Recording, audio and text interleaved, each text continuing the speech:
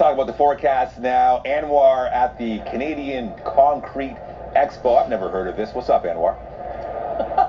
Well, it's interesting. Not many people appreciate that. This is the Canadian Concrete Expo. It's the largest national trade show of its kind, and it specifically talks and targets the concrete industry. And it doesn't get a lot of fanfare, but it should, considering how entrenched we are with concrete. From where you sleep, from the sidewalks you walk on, the bridges you drive on, the airport that you fly from, concrete is everywhere. So this is all about the concrete industry, and you will have over 300 exhibitors here. You'll have lots of tradespeople to come in from across the country to look at the latest and greatest. This is an interesting setup here. This is Doka from Austria, and this is really the top line for wall forming. There's a number of structures that actually in Toronto are built this way. So when they're building a condo, the concrete is then poured in here. This is a special coating. The benefit of this is, one, the coating means it can be washed and reused hundreds of times. The other thing is it's very modular. So it is really, can be adapted in any form you want, like Lego, if you will. It's very easy to do. So if you have a shortage of labor, of tradespeople who know how to do wall forming, this sort of solves that. So we're going to explore more and give you a tour throughout the course of the hour. It's not open to the public. Really fascinated by this. Let's take a look at our current conditions. I'm Anwar Knight, live on location at the Canadian Concrete Expo. Look up, look way up, and follow that arm of this concrete pumper truck. That arm could extend some 35, 38 meters, and it can double that, even some trucks, almost 70 meters. But look, this is by Pompage-Elite out of Quebec. And why would they need this truck? Well, think about it. Maybe you're building a pool and a cement mixer can't get there because there's other houses. This vehicle will allow it to come over that other house and drop the concrete where they need it, dropping about 170 meters per hour of concrete. Look at this. Now, I call it a stabilizer, but I've been told officially it's the outrigger. That is to, of course, keep this vehicle upright as it's dropping its load. Fascinating stuff. We see it being done, but we don't exactly know how, and we're starting to pull back that curtain in the concrete industry. We're going to have your full forecast coming up, live on location here on CTV News at noon. Meanwhile, our Anwar Knight is giving us a window into the world of concrete. We really do learn something every day with you, Anwar. You're very kind. Here's another little factoid for you. In terms of concrete use in Canada per year, if you broke it down, it's about 1 cubic meter per Canadian. So that's about almost 38 million cubic meters of concrete every year that's used in the country. Now, I am always... Listen, you know what they say about boys and their toys? This is not a toy, but I get to play with one. Ryan Nash is going to join us here. He's from Stanmore Equipment.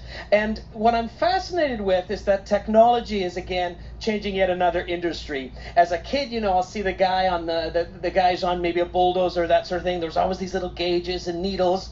And now it looks like I have an iPad here. So what does this do, and how is it changing the industry?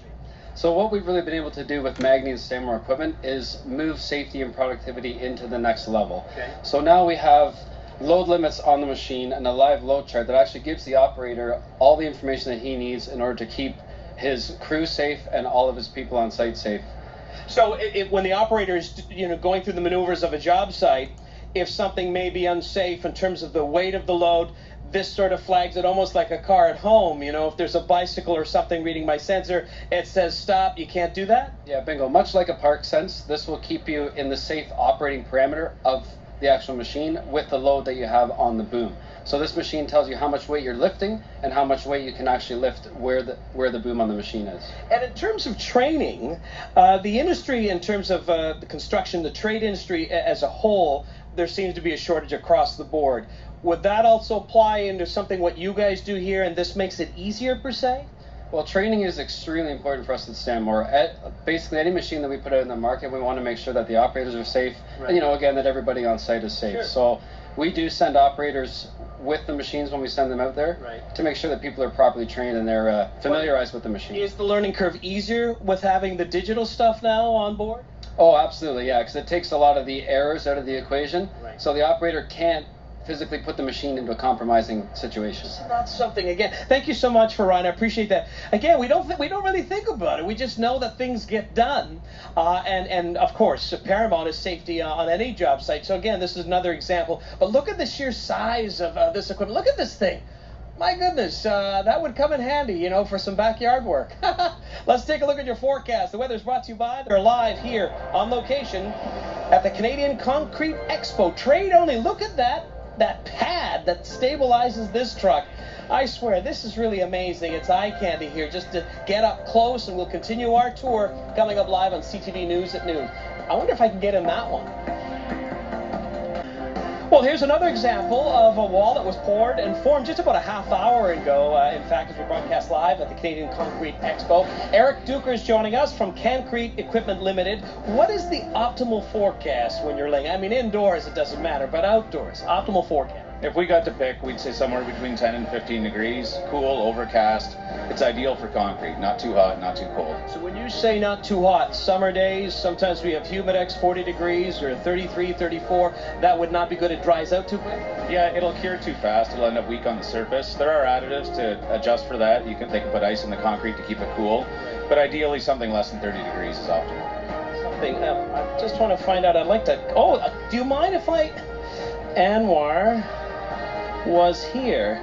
We'll have a forecast recap after this short break. Stay with us.